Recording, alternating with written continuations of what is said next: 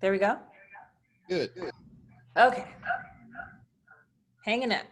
All right, I got you loud and clear. Loud and clear. I was sitting somewhere else and I was like, well, this is a nice little random conversation. Let me just get comfortable. It was also a learning experience. If you ever had to do a Zoom meeting again, you know what you got to do. Yes. All right, turn this down some now because I hear you too loud and clear. Okay, good, awesome. So, how are you doing?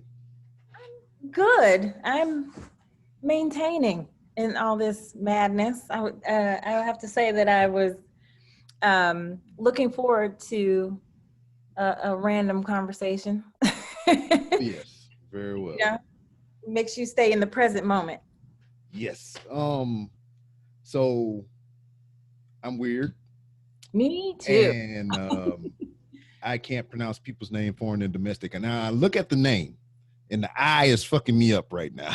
So is it Danielle or what?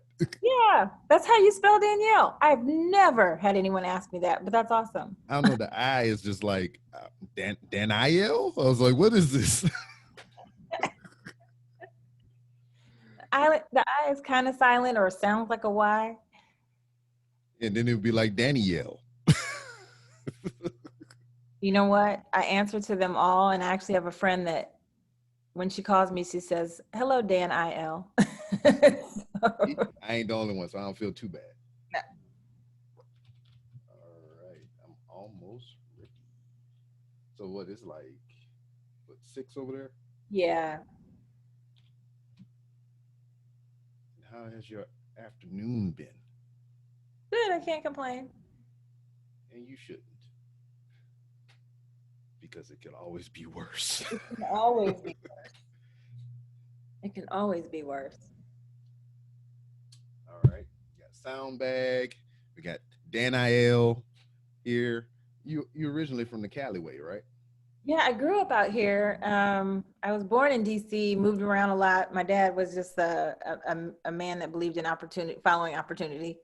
So we landed out here when I was 11, starting I think seventh grade. Okay.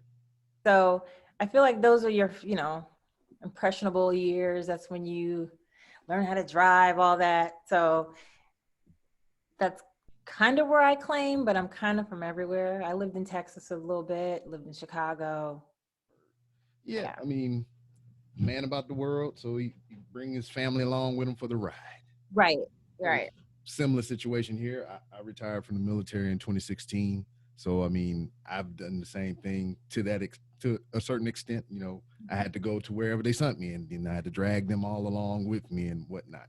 So I mean, I got 3 kids, and they're born in 3 different states and everything. Right. Okay. Louisiana, freaking North Carolina, and Georgia. So Okay. yeah, it's fun sometimes, but a lot of times it sucks at some points. But it builds Yeah. character, makes you I was gonna say strong. it makes you well rounded because you always have to get somewhere and meet new people. You just got to get it together. I know how And to move though. I know how to pack and move fast. exactly, when we moved into this house here, this is supposedly the forever home or whatever that we in right now. So, maybe we win the lottery or we hit some big money somewhere. I mean, but this is where we're gonna wind up staying.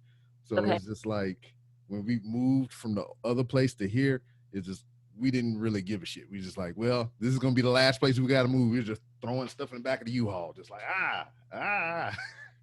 just packing it all up. Just I think we did everything in a day. We Oh woke wow. up, we woke up that morning, packed up a freaking 5 bedroom house, and just was gone. Plus, we didn't want to pay extra on that lease, so that Right. was extra incentive. Like, we gotta go today. I'm not getting no prorate. Yeah, but I mean, and through you growing up and everything, all these different places and all your travels and everything, um, obviously you are influenced in your designs and all this other stuff like that. I mean, what was the catalyst for that? I mean, was your father an artist or your mother or somebody like that close to you, or is it just something you picked up? I feel like I've always been an artist and kind of didn't know it till late. like when I even was like, I think I'm gonna go to fashion school, my friends was like, yeah, that makes sense. You're such an artist. And I was kind of like, I am. I didn't know. Um, but I will say this, my mom has always been very creative. Um, she, she would decorate, she would do all kind of things. And then my grandmother was a sample jewelry designer in New York for years. And so I think I get it from on both sides from because it was my dad's mother. I think I definitely get it both from both of them. Yeah, and they're both very fashion oriented. So um, that's where the fashion really started it. Yeah. So pops be flying stuff like pops on boomerang and everything. You Oh open yeah. up the code and be accessorizing. You got to coordinate. Yeah, he's not that bad, but me and my mom will go to the mall with him, and we get tired and sit in the food court waiting on him. Oh man, that's He's weird to got hear. a closet that's like, I'm like, are you serious? That is weird to hear right now because I mean it's reversed here. It's just like my wife is about that life, and I'm the one sitting in the corner like, yo, and that's that's usually the stereotype too. The woman is all in there. She's into all the fashion. She got to have all the shoes, the bags, the purses, all the stuff, and we just sit there in the waiting room, sitting on the couch, just like, can I go home now? I just want to watch the football game or whatever the case may be. Yeah, yeah. No, my dad liked to be, as he would put it, I want to be clean. I want to be clean. I don't know. It's just from the time that I was old enough to work, I had a job. So, because I wanted to have my own money. And so I think I was brainwashed at a young age because, working in that field, because, you can work when you're 16. So fast food places and things like that, you got to wear a uniform. Right. So I was always used to wearing the same shit every day. And then at school, to an extent, you got to wear a uniform, depending on what kind of school you go to. You got to wear the same shit every day. Then I wind up joining the military. Then I got to wear the same shit every day. Oh, true. So you just like, whatever. And then I get out, I retire, then I get a job, and I wear a uniform, and I wear the same shit every day. So, so I don't know. I guess it's indoctrinated. Is that a Sir John t-shirt? What? I have no clue what you're speaking about. Ah, I like it. Yeah, that's the homie. I rep for him very hard. No, yeah. But Love Sir John. He's so talented, like incredibly talented. I think he just realizing it too. Yeah, yeah, yeah. I know. See, it's similarities between you both as well. It's just like you realizing your potential and everything, and you're making something of it. And he's just coming into his awakening right now. He got talent, but he just seeing the full picture now. Yeah, yeah. But we get back to Sir The John world's later. a scary place, but it's reminding yourself that to go within, Mm-hmm. and I think this pandemic surprisingly is making a lot of people do that, and you're learning a lot. So So, I mean, let's talk about your business, sound bag and everything. I mean, this is everything from your mind and everything. You sew the bags, you do all the things. Business, which the journey looked like it started in 2014, right? it did, yeah. So I was living in Yonkers, and uh, it's always weird to tell this story. So my ex, because I'll be like, oh, he was my friend, blah, blah, blah. Whatever. My boyfriend at the time, he was on the road. He's a music producer. He was on the road touring, and I was out of school. I was working for a shoe company in the fashion district. They had layoffs. I was the last one in, so I was the first one to go. And so then I was just like, I don't know what I'm gonna do. So I started making accessories myself, just like belts and little purses, and selling them online.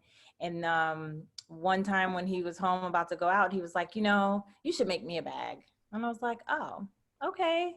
And I just started just whenever I had time or felt like it, or and first I was like, well, what do you want to go in the bag? Because that's kind of how my mind works. Like even when I was in a design school at FIT, like some of the girls, and I can't just say girls, some of the students, because it's men and women, they could just have the design in their head and just sketch it. Yeah. and I'm don't work that way. I have to know what needs to go, what are we using this for, Hmm. and then make it around that, and then I have to make it to make it make sense. So I'm just hands on that way. Yeah. So so he told me what he wanted to go in the bag. I made the bag. I made like a prototype, and then I made an actual one. And I don't even know what happened to that one, but he posted it on Instagram, Yeah. and it just took off from there. And I literally for a year, people would call and say, you should do this, you should do this, we want to work with you. And I was just like, no, no, no, I'm not doing this, I'm scared, no, I'm gonna get taken. Da-da-da-da. Like it was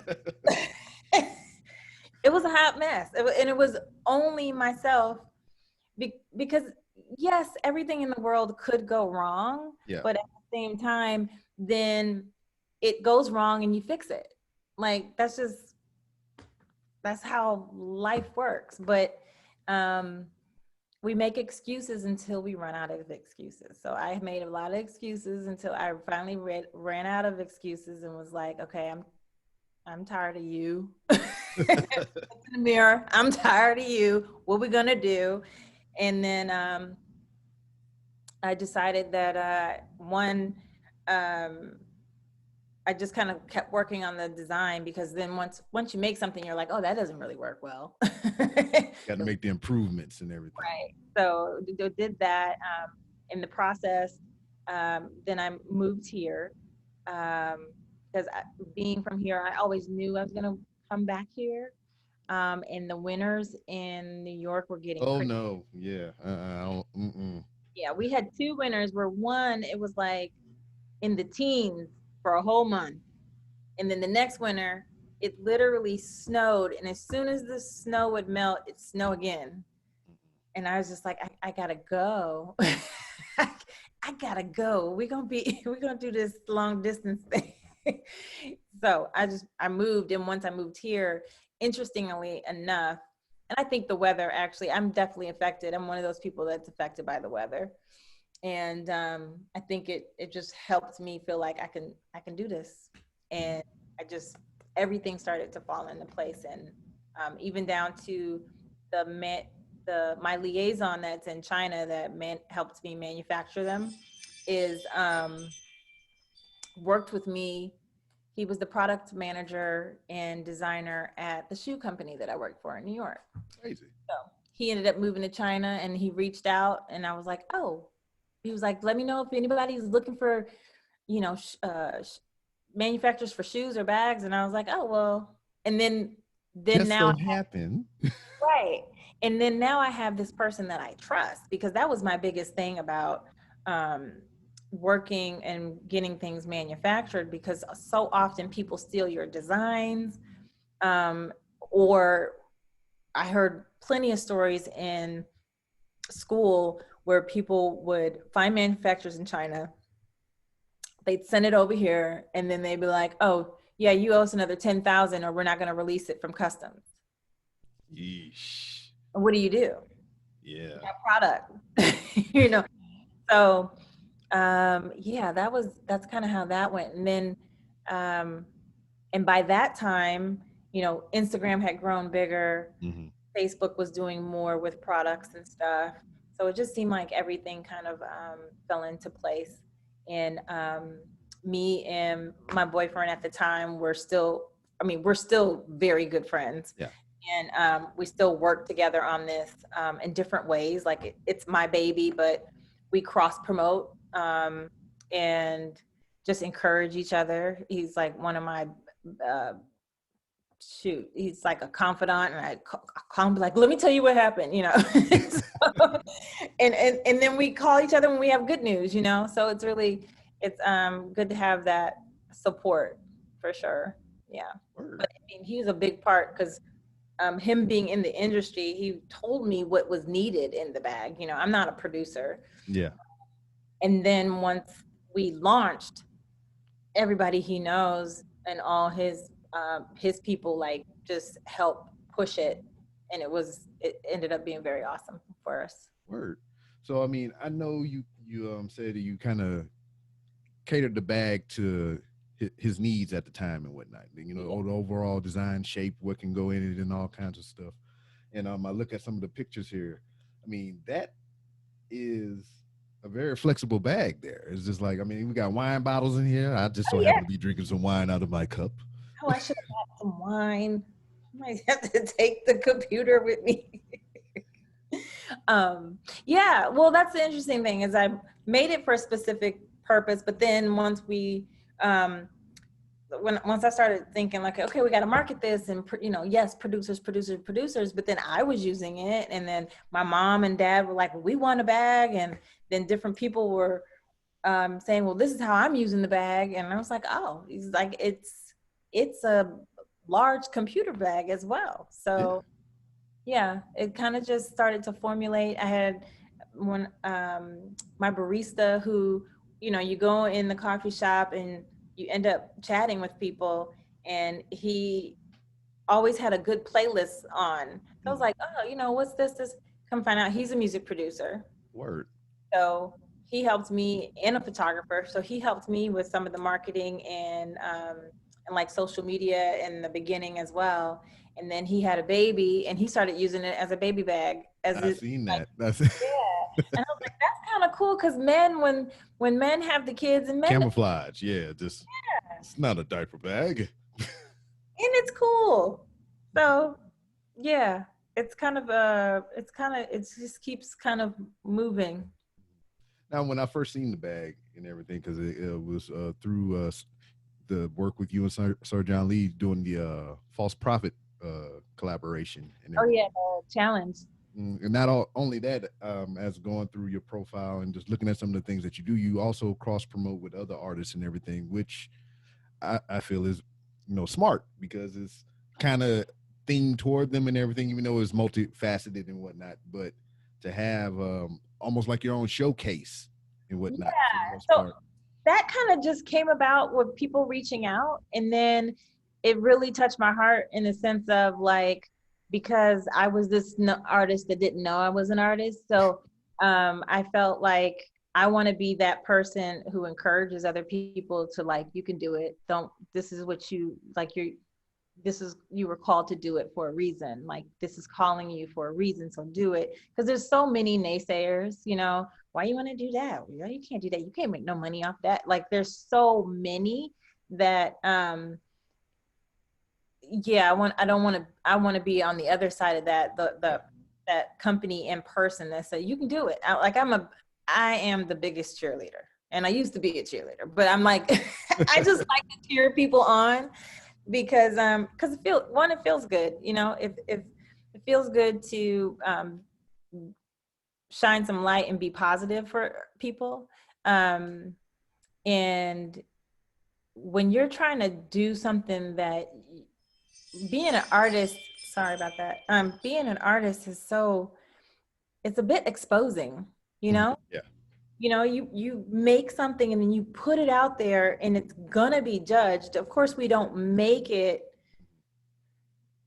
because of what we want people to say. We're making it because it's in there and it's just got to get out. But then, you know, we all grew up in this world, and then we remember like, oh shit, people are gonna like go in. There's gonna be nice people, mean people, and it's just a matter of building really thick skin, and it's Yeah. hard because a lot of artists are sensitive.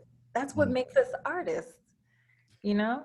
And I fight with it because if I get in the mode of I don't give a fuck, oh, that's a whole nother Danielle. That's not love and light. That's Danielle. Right.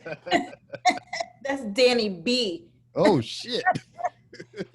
So if it's, but it feels better to be in an encouraging space. Yeah. And yeah, I feel that because anybody that I have on the show is just a person that I would tout for. I mean, you joined that esteemed company as well. I mean, Sir John Lee is there obviously, and it's just like I believe in these people, or they hold my interest in a thing that I'm interested in as well. So, Right. you know, that's the type of people that I gravitate toward. That's the type of people that I like to have on the show because I feel like their message needs to be heard, you know. And I have a platform and I feel like I have some type of a responsibility to be that voice for those people, you know, whenever they need that help or that You push for or something. adding me into that for sure. Yeah. Thank you. Yeah. Yeah. But the only one thing that I'll say about your bag that I Yes. was upset about, Mhm. I'm and listening. I know you're going to make It's millions of dollars off of it and you're going to make improvements and enhancements and everything. But the freaking the pad on the front, the logo joint, it don't make no beats. I was upset about it. You know what? You're not the first person to say that. I know, but that's what as soon as I seen it, I was like, oh, you can make beats on this motherfucker. And I was like, oh, Doing too much. That is doing way too much. yeah, it is. Then the price is gonna go up. Mm-hmm. So Well, it's gonna go up when you get a claim anyway. So I mean, start now. But I mean, what was the? I mean, a lot of music influenced this bag and everything, and producers and artists and everything like that. So what made you stick with that or go with that logo? because that is so the actual machine that goes in the bag that like when I went to ski and was like, hey, what's going in the bag that you want me to make this bag for? Um, he was like this, and it was an MPC. Mm-hmm. It was the Native Instruments MK2. Yeah, And so, I don't know the exact nomenclature of it. I know you broke it down, but every time I see a thing with the buttons, I say that's the beat machine. I already. so it's the beat machine. So that's like I had made the shape and everything, and I was like, it's missing something. It's missing something. And then we had the replacement pads for his other machines because Yeah. Oh, drumming on it in it. Yeah, yeah. yeah, they wear down. And so one of us threw that on top and was like, oh, we love it. That's great. It's perfect. And so we just went from that. And so the reason why I really like it, and I think that producers like it, is because it represents their life. It represents them. And so I actually had one producer who bought a bag for me, lives here in LA. He said that like when he was traveling, he was like, I booked studio sessions because people like, oh, you make music. So it's something identifying. And I think I think it's cool in a sense too, because a lot of times producers, not even a lot of times, most times producers don't get any recognition, which is insane because you can't do nothing without a beat. And as an ex-cheerleader, that's what we're all about, the beat. And that's why I like a lot of, there's a lot of junk music because there's a dope beat behind it. Yeah. If they just, put some Sesame Street garbage under it, or even Sesame Street is great, honestly. I used to sing to Sesame Street, so that's the wrong analogy. But if they just put some, garbage under it, it wouldn't sell. So I think that, yeah, I don't think we're going to change that. That's what No. Yeah, although we did have some people be like, now people know what's in the bag, you're going to get robbed. well, shit. I mean, you don't have to have a fancy bag to get robbed. I mean, shit, if they're going to do it, they're going to do it. That too, right? But plus, I mean, just because that has that on it, it could be diapers in the bag. Like, you don't know what's in the bag. Yeah. It could be anything. We're like, oh, okay, you can take my bag. It's a gun, motherfucker. Yeah, you don't know what's in the bag. I'll show you what's in the bag. Yeah. So I haven't gotten any feedback on that as far as people not liking it. Oh no, I enjoy it. I thought I was like, ooh, I can play with it, and I was like, no, it's just a logo. You can practice. I can pretend. You can practice finger drumming because I will say this: there are days in the house when my boyfriend would get a new drum machine, and he would get up and just for like 2 hours every morning just practice. Practice makes perfect, right? Or improves the skill. So you can practice on it. It's almost like, those fake drums? Not fake. Yeah. Wood. Yeah, I have. Yeah, I got you. Yeah, I got one of those, and Yeah, I used to play percussion in middle school. Oh yeah. I was on the snare and all that shit. See, when I come back, I'm gonna be a percussionist. Word. Next life. Oh, you when you come back, come back. All right. I thought you was like when you come back on the show. Next life. Well, shit, the next time you come on the show, it could be your next life or whatever. And I can, what are you gonna be then? Are we gonna be L.I. Dan or Dan? No, never that. So like, I see the picture here from 2014. Is this the studio? Is this the place where you are now, or Is it like upstairs? It's upstairs, downstairs. yes? That's where it all started. That's the first place where I was cutting and sewing bags. That's in Yonkers, Word. 92 Main Street. Not there anymore. So Met a lot of artists in that building. now, since that is we talk about the cross promotions and everything with different artists and whatnot, and you know this bag is catered to that genre. Is there anything planned coming up for like more of these crossovers, like with more artists like Sir John Lee and just other producers, or just anything else like that? So planned, I'd say not set in stone. Um, Planned in my mind, definitely. Different artists, like after I did the one with Sir John, KVR, a producer, his real name is Kevin. He approached me and he sent me his music. Because the thing is like, I got it. Like anything else, you know, if I go shopping, I gotta like the shoes. You know what I mean? So I want to cross promote, but it also has to align with myself and the brand. What I like about Sir John is that he's so artistic. Like it's not just the beat, it's also the words, and then it's also the merch. It's like it's a complete package, and I just feel like that makes him an artist and not a musician.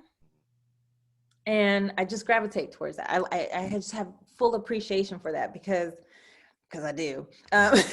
So the same thing with Kevin or KVR. He was the same way. And for music, it's very important to me the messages and in the beat.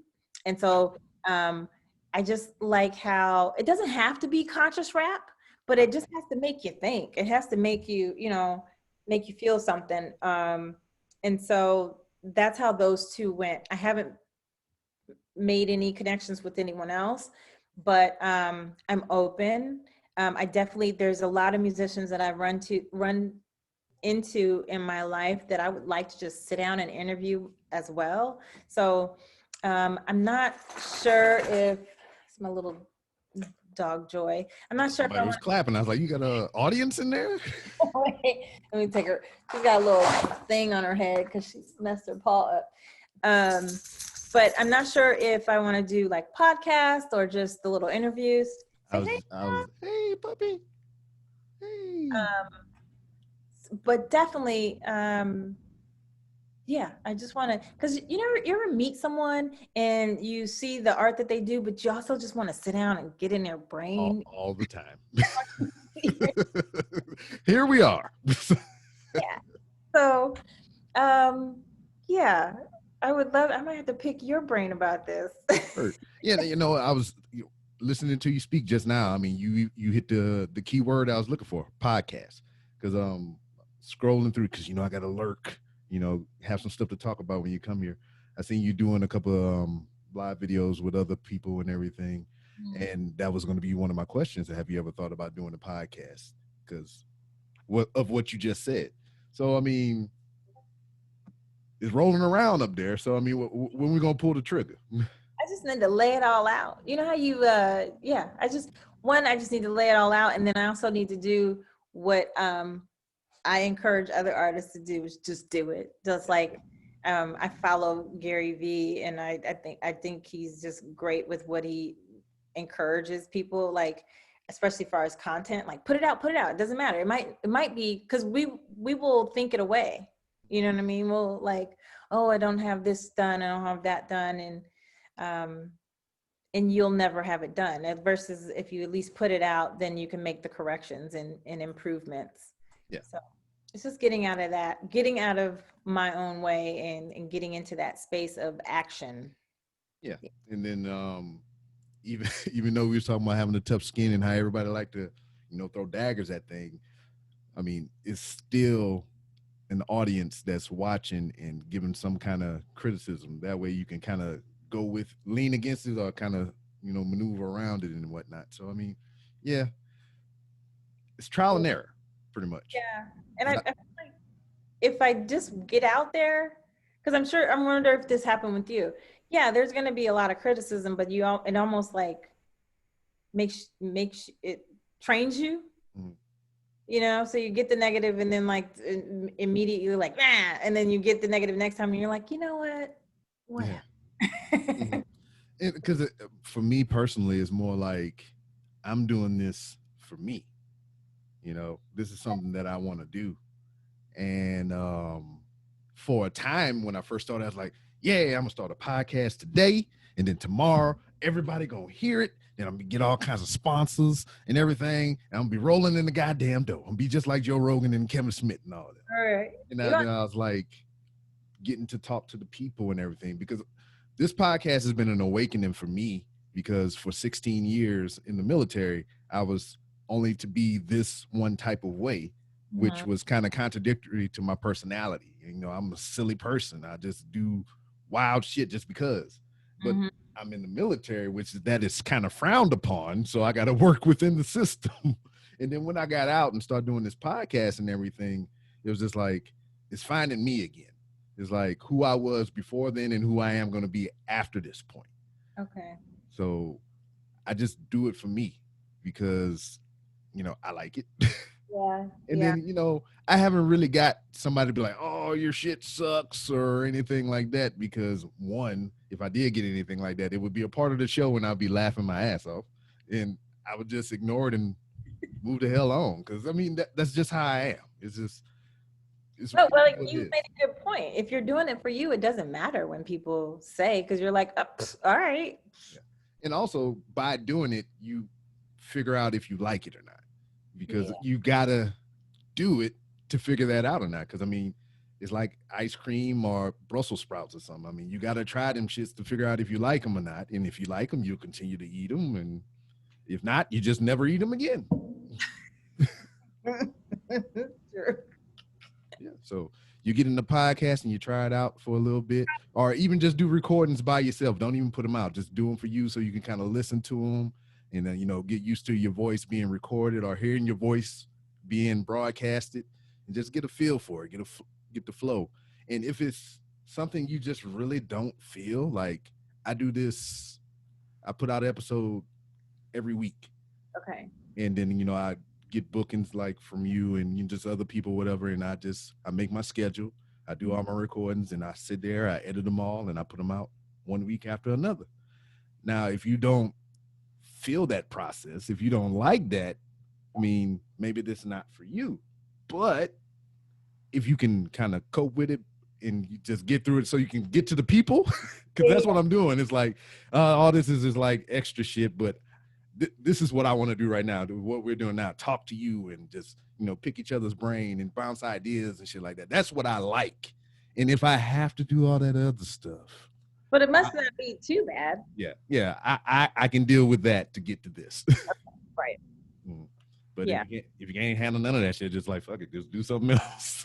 Well, the interesting thing about the starting the company and doing the bag is that I realized that I actually like editing and taking photos and like,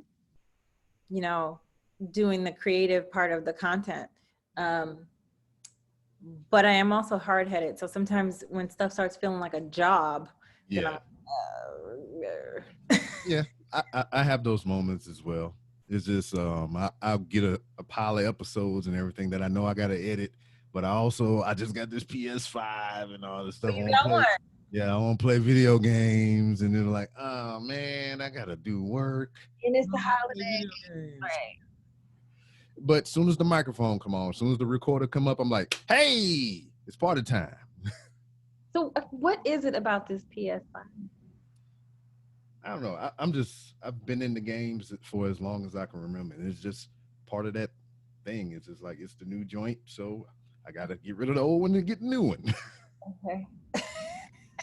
My bag is wearing out, so I gotta get a new one. I gotta make another one. No, I have to look at the sizes, but the other PS fits in the sound bag. Yeah, it does. I mean, it's a slim profile and everything, and yeah, you're right. Because I mean, I'm picturing it in my mind, and it looked like it just whoop, Yep, you can right put in. that in your games when you take the wife to Jamaica, and just in case she goes to get her massage or whatever, you got your PS5. Well, I know for sure this big bitch ain't going in there. Oh, it's pretty big. Oh yeah, Oh, okay. it's awkwardly shaped too. So like the PlayStation 4 is just kind of like It was very. a slim, sleek thing.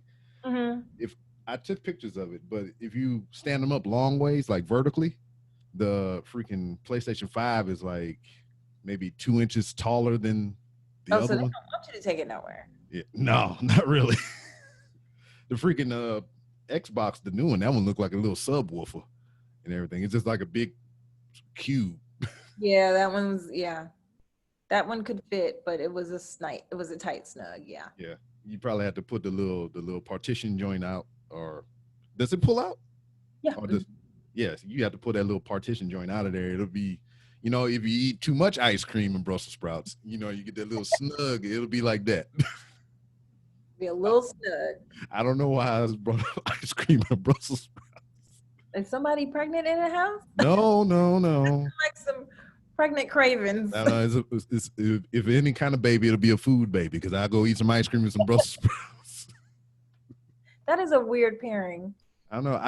I like Brussels sprouts and I like ice cream, but I'm not talking about putting them together. Maybe I eat the Brussels sprouts so I can have some ice cream. That ice cream would be my reward for eating the Brussels sprouts. Yeah. But that, yeah,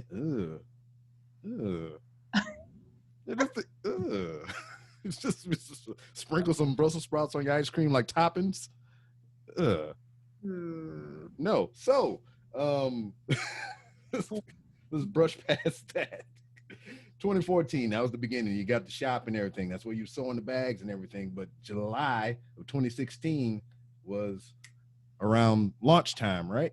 What was that 2-year span like, or what was going on during that time? That was me developing the bag. So like 14 through, yeah, just getting the development, then getting the sourcing and the manufacturing. And then 2016 of April, I moved here. So as soon as I moved here, I had pretty much everything. I just needed the manufacturing part, linked up with my buddy in China. And then we did the order. And as soon as the order came in, we launched. Ooh. So, I mean, is that better for you shipping wise being on the in Cali? Yeah.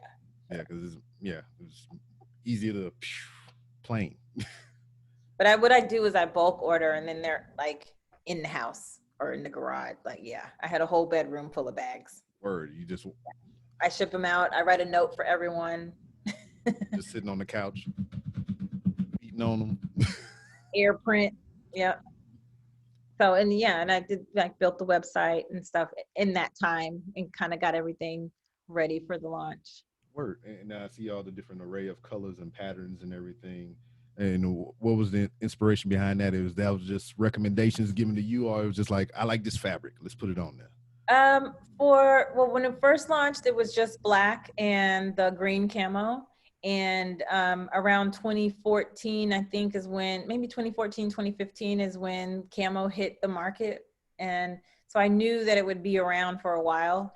I just felt like it was going to be, you being a guy, I don't know if you remember this, but there was a time about 2012, early 20 teens, where they had spikes on everything. Oh yeah. Okay, remember that? So there's always this thing in fashion where people have to, they gravitate towards something that makes them feel edgy. Mm-hmm. So we had worn out the spikes, and then camo popped up. And if you look at through the times, like even the Vietnam War, more people started wearing camo back then.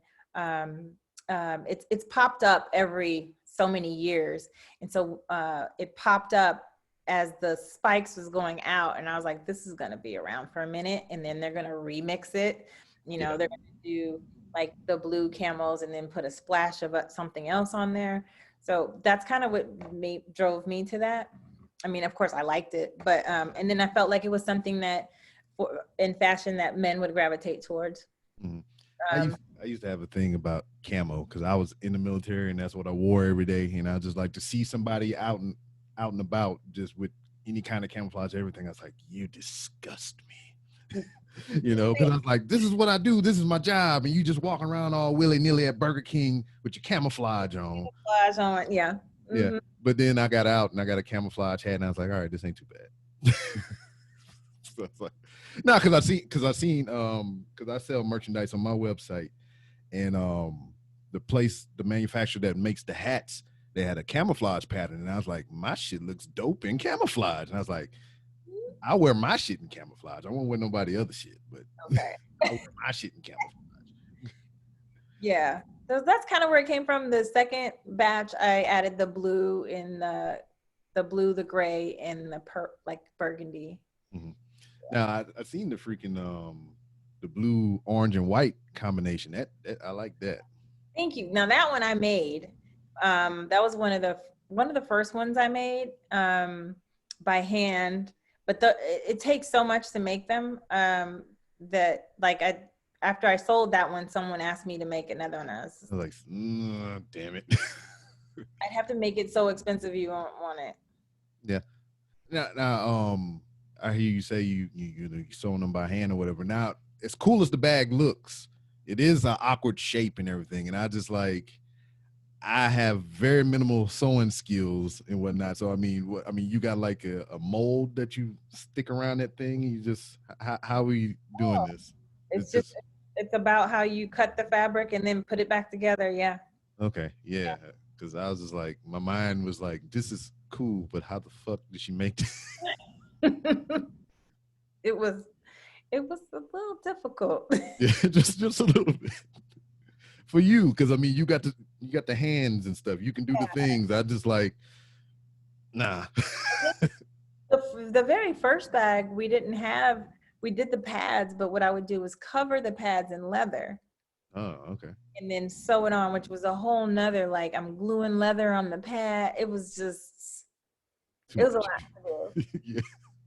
It was a lot to do. It's crazy to look back on it like, I did that shit. I mean, yeah, it is here. You know, it's just like it's a physical thing. It's not up here anymore. Yeah. I think you had an artist compilation on there. You did some he or she, I don't know, last name Harris or whatever, did the monster design or whatever. Oh yeah, Alethea Harris. She is. There you go. She lives in Glendale. I was trying to put the Harris out there so you could put the front end, because you know me and the names, we talked about this earlier. Alethea. All right.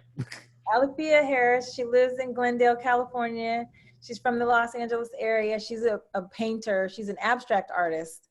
And we had connected because we met at a beat battle. Mm-hmm. And actually there was a beat showcase of producers that I wasn't able to go to, but I sponsored with the bag for the winner, and her husband won the bag. Okay. So that was the initial connection. I don't know. That sounds rigged. No, this was before I even met her. Mm-hmm. So I think it was more divine. So husband wins the bag, then we go to another event, and I had a table set up with the bags, and he was like, "Oh, I won your bag. I want to meet you." And so we started, and he was like, "This is my wife." And I was like, so we were talking about something, and I was like, I was looking for a painter because I was thinking it'd be cool to put some art on some of these bags. And she was like, "Oh, I paint." And then that's kind of how the conversation started. So I went to, this is so funny because I don't know. Some people say NAM and some people say NAM, but the National Association of Music Merchandising, I think that's what it stands for. It's every January in Anaheim. It's a big music event. So anyway, we met one of the people from Monster, and they were like, send us a bag. So I got her to put the Monster logo on there, and we send them the bag. Yeah, that should look good. And that was actually the video is the music is actually her husband's beat. Word. Yeah. So it all just came together because I felt like that was a dope ass beat. He sent me a bunch of beats and I was like, that's the one, because it sounded like a monster ass beat. It's like the horns come in, it's da da da da. It just seemed epic. So I was like, that's the one. So that was a fun collaboration. Yeah. You plan on doing more of those? Because I thought that's pretty good. I like that. We did a whole we did Because I seen the ones with like the splash on the purple one and everything, and I seen a yeah, lot so of the she other did ones. those. She did those, and we did a I don't even know what I called it. We did a basically like a art show, Mm-hmm. showcasing the different ones, and we put those on sale, and showcased her art on the walls at the gallery. Um, Look, I'm open. I think that we worked together a couple more times on some things, and then just kind of went our separate ways. But I'm always open to new artists and just kind of thinking outside the box. I think that's why I really enjoyed that idea with her, because we found like, and everything just, I'm about like putting the idea out there and then let's see where all the things fall into place.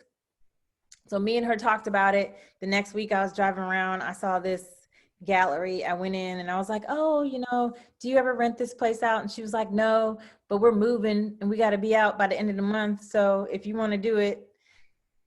So they had moved everything out. So the gallery was clear for us. So, it all just kind of, then they wanted to, they had these like stands where they put art on. Mm-hmm. They were like, we don't need these. We're going to get rid of them. And we're like, no, we want them. So then we just sat the bags on there. So they were like art pieces. It was perfect. But yeah, I'm definitely open to more collaborations. I want to showcase more of other people's art, and because the bag is great. I love it. The pen, we got whatever we want to call this going on in the world. Yeah. It's affecting business, and I'm not I still have inventory, but I'm not sure about doing any more business abroad Yeah, I understand. at this point. um and I just feel like we built a nice little platform where we could showcase artists. So um some things that I've been working on is more so like making it a place where we showcase music, art, and fashion, and Or upcoming artists, or just people. They don't even have to be up and coming, just someone that's doing something different doing that, good music. yeah, music or art or fashion. Because to me, that's the culture, like the music culture. If we take it back to the 90s, the 80s, even like the 70s, music culture always incorporated fashion. That was a whole part of it. When we watched Soul Train and Al Green was on there, them outfits. Yeah. And that hair just Well, that's why sometimes I'm like, the way that the current musical generation, because I feel like the age range is, so it's, I'll say the current musical generation, meaning anyone that's into the music now, right now, are so hard on these young kids about wearing skirts and dresses. And Al Green had on a man bag and some hot pants on Soul Train. and we I guess we forgetting about Prince, right? Prince had his booty out. Yes. Rick Like, James, Bootsy Collins, all them are. so it's like, and we never like just dismiss them as men or artists. It's strange to me. So anyway, I don't even know how I got there. Oh, because I want to showcase people doing different things. So yes, music is always, I feel like music is going to be the major showcase, and then fashion and art. And I like, I talked to Sir John about some because and now you have to think about like with social distancing, how if you're going to do an event, what that looks like, Yeah. or, are we going to have to create visual art in a different way, Yeah. present it in a different way? So that can actually be pretty fun and interesting. Um, that's one of my one of my things. I'm an Aries. I'm into astrology, so I'm gonna bring it up. What? Aries. Hey, so you understand, Yes. but so then you also understand we start stuff and don't finish a lot of Yeah, stuff. this is why this is a thing. This We got great ideas. yeah. We are idea people. So, I like trying to figure out how to, fit something into a place it's never been, or, yeah, I like to try to figure out new things. So I would like to figure out how we could definitely showcase and kind of do some sort of visual art. So I might have a little something for you. I mean, Okay. you what's been happening here now? I figured that we akin now. Yes. So Wait, when's your birthday? March 29th. Oh, you're a March, Aries. I'm the third. Okay. Aries, April 3rd. Word. So what I was thinking while you was talking or whatever, I was gonna say some stuff. I was Mm-hmm. thinking you said it. So I mean, we on the same wavelength for a bit. The music and the art and your accessories, your bags and everything. I'm thinking, with the world as of current now, let's just say we get one DJ there in a place, and you figure out the distancing thing or whatnot, or the minimum or the maximum that you can put in a place, and you can get artists from everywhere, wherever part of the globe or city or whatever you want to do. Mm-hmm. Like a projector or some kind of video screen or whatever, and they just come in from their own location and do like their set, and it's projected in front of the crowd in front of you or whatever. And then you can even go, if you have some art there, you can have the art there set up in the room, and it's just, Yeah. you got physical visuals and you got visuals on the screen, you got the music surrounding you, the bags, the stuff. I don't know if this making any sense, but I'm just kind It of is. It is.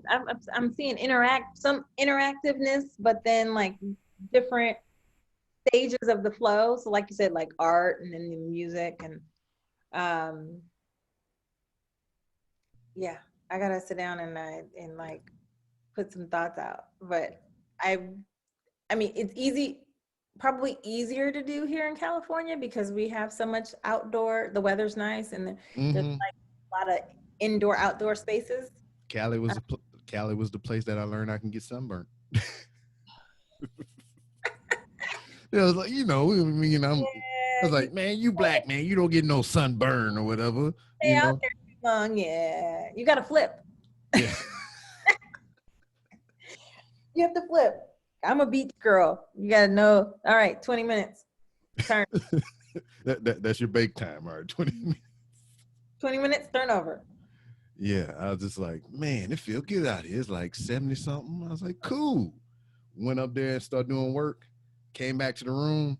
Man, my head itch. What is this? Head, especially the head. Yeah, you gotta put some sunblock on that. Mm-hmm. I know better now. I've learned my lesson. And it'll never happen again. Now, where are you in Houston? Are you in Yes. Texas? Mhm. Okay. But Okay. yeah, the Cali stuff. I went when I joined the military. That's why I went to boot camp and did most of my basic training there in California. Okay. And then when I was in middle school or whatever, I spent some summers out there because my sister, when she was married to a military man, he was stationed out there around Barstow and Fort Irwin and all that. So I went out there for a couple summers. Okay. So I'm familiar with it. But But I'm thinking like Texas sun will bake you. well, see, this is the thing though. This is the thing though. I'm not a native Texan. Okay. I just retired here. I'm from next door, Louisiana, which is equally hot, but global warming. So It is. when we were young, when we were kids, we stay outside all day. It didn't fucking matter. I mean, I never got sunburned as a kid or nothing like that. But now that I'm older and I've been around the world, I was like, this shit is some different kind of hot. And then now that I'm here in Texas, you say it's hot, it's humid, and all this other crap. Well, I'm an adult now, a retired adult. I don't have to go outside. I'll be in the house all goddamn day. And my job allows me to stay inside too. So I don't give a fuck how hot it is outside. You wait till the afternoon anyway, huh? Or Hell yeah. Okay. Sit right there on that porch when the sun is going down. I was like, yep. Get my cup of wine. Watch the sun go down. That's a different kind of hot. Oh, you telling me. You telling me. It's not Iraq hot. Really? What's Iraq hot? Like 120 something degrees. And then it's all sand and shit. Only in the summer? Or like it's hot like that all the time? It's not. Do they have winter? I've been there during winter. It gets cold, but like it's only at night.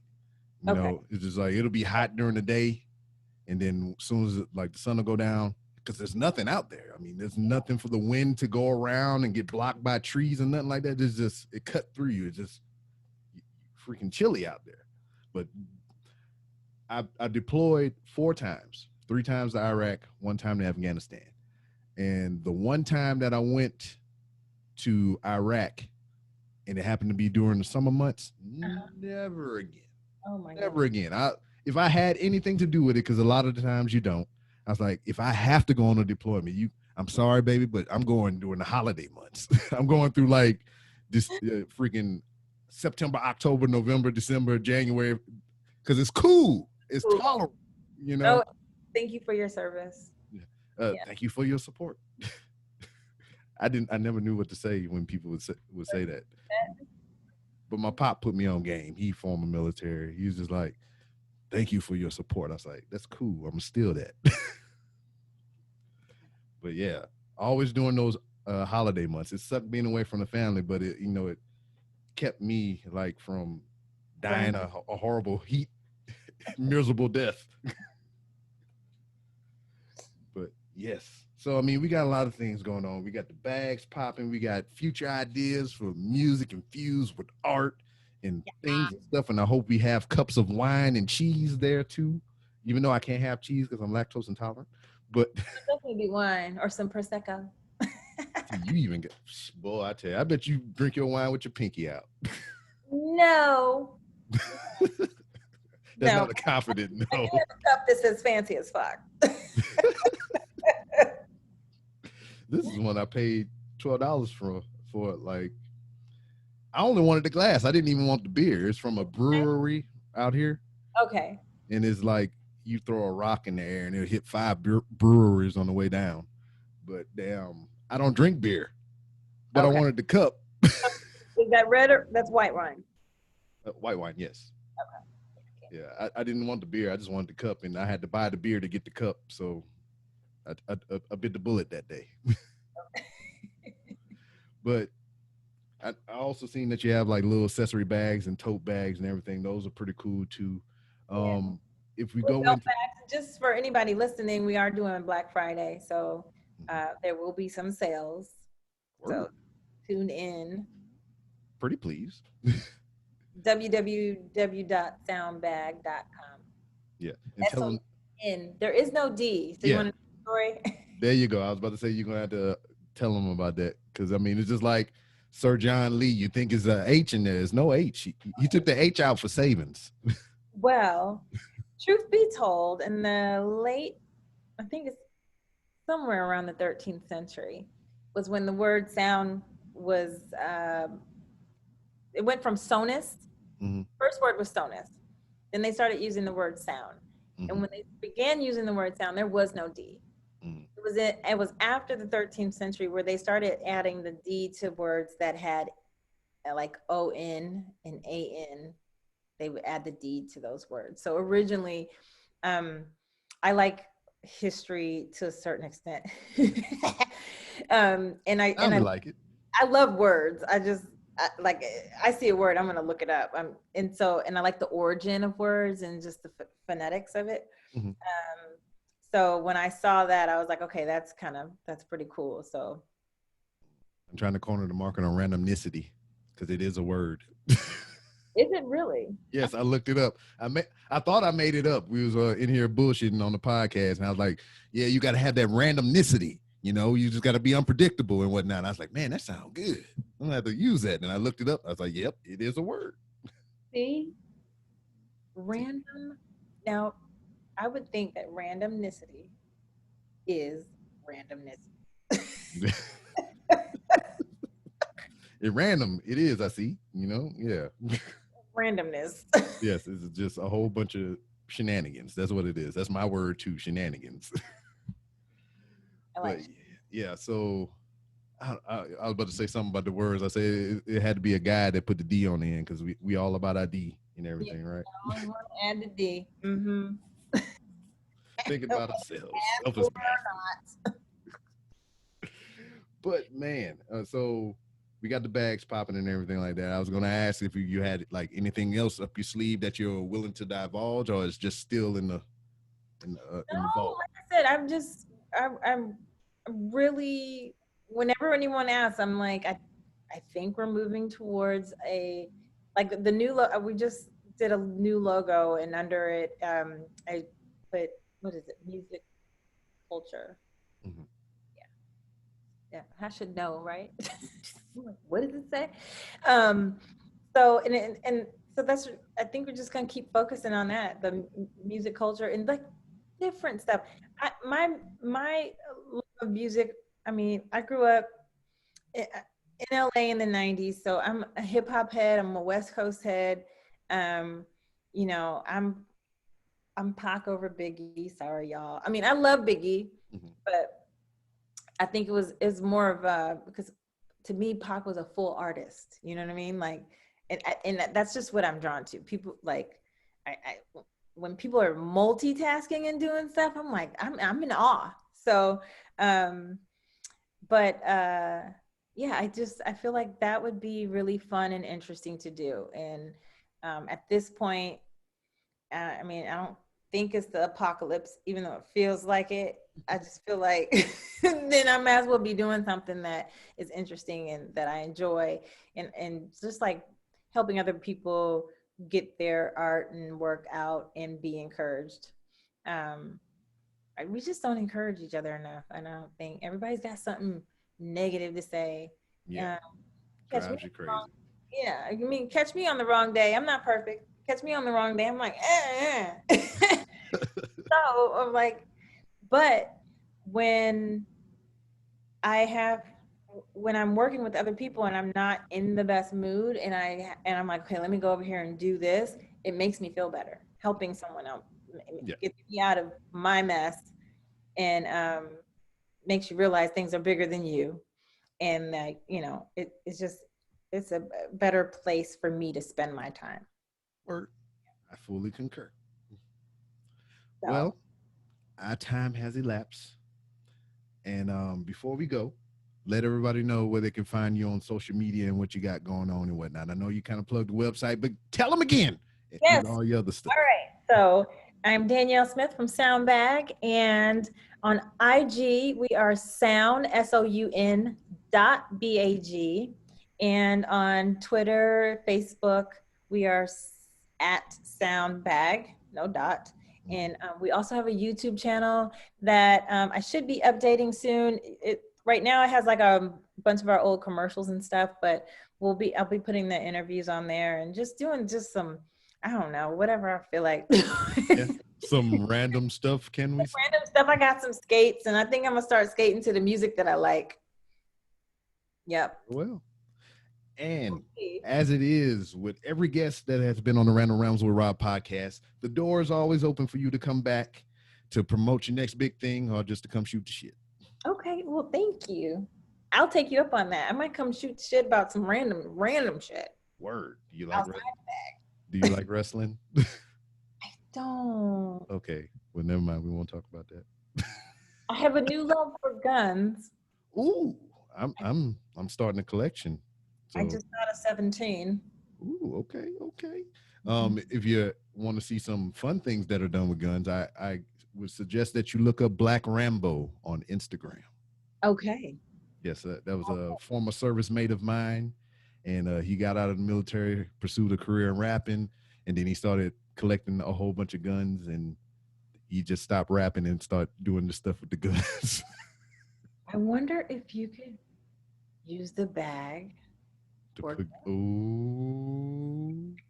word, because I mean you got the little sleeve joint up in there. You can kind of fold it and you can slide the gun in there like the little pocket. Yeah, see, yeah. Hmm. Or make another sleeve with the little With the slide. slide. Oh, yeah. Go ahead. Just throw your TM out there. Right? TM sound bags, sound bag. There you go. Yes, TM sound bag. That's my shit. Yeah. Here we go. We got audio and video proof. It's hers. She thought of it. It's here. Copywritten. Stamp. Damn. All right. We are clear.